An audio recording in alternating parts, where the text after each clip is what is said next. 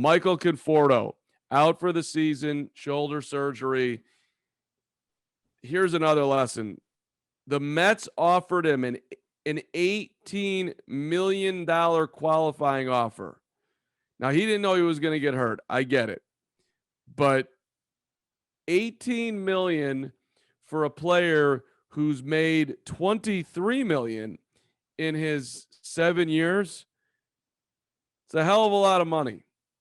Now, $23 million's a whole lot. We don't need to feel sorry for the dude. He should already be more than set for life. I'm going to gander a guess that I'm not going to make $23 million in my life, but you never know. Fingers crossed. But he's got to be what a terrible place for him to be in. Just not only trying to come back, but thinking about the fact that he gave up all that dough.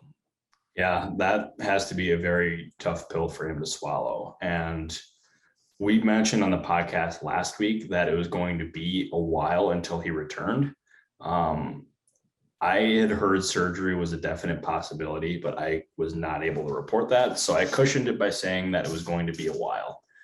I just did not expect it to be a season-ending kind of an injury. And I still don't know exactly what this is, but at the same time, I'm wondering what happened, because Boris says that he hurt himself, or Boris said that Conforto hurt himself while he was training in the off season.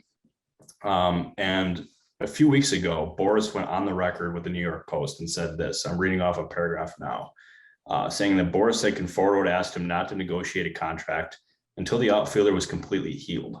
Boris said Conforto returning to hitting 5 weeks ago and is now back to his normal swing plane and is working out for teams in Arizona where Conforto resides. And then Boris described the injury as a strain. And then 4 or 5 weeks later, Conforto has season-ending surgery. So did he suffer a setback? Was Boris underplaying what this injury was?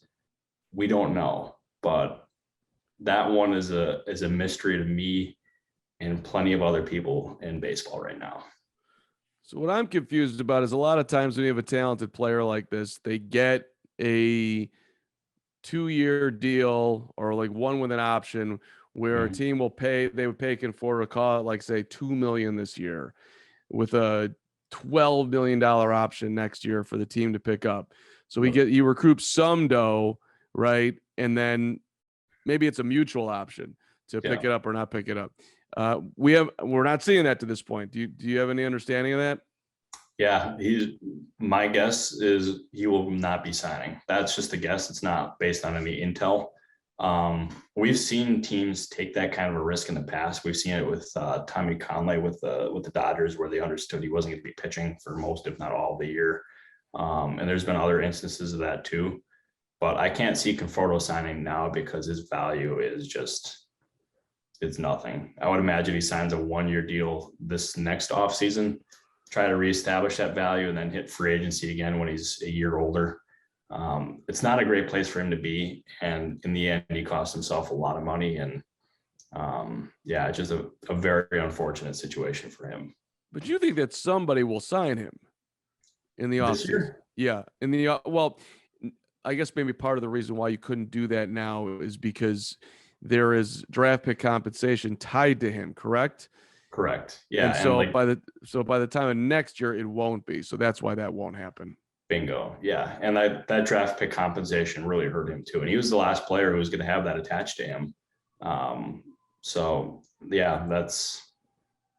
very curious to see how his market looks like next year, because there was teams interested in him this year.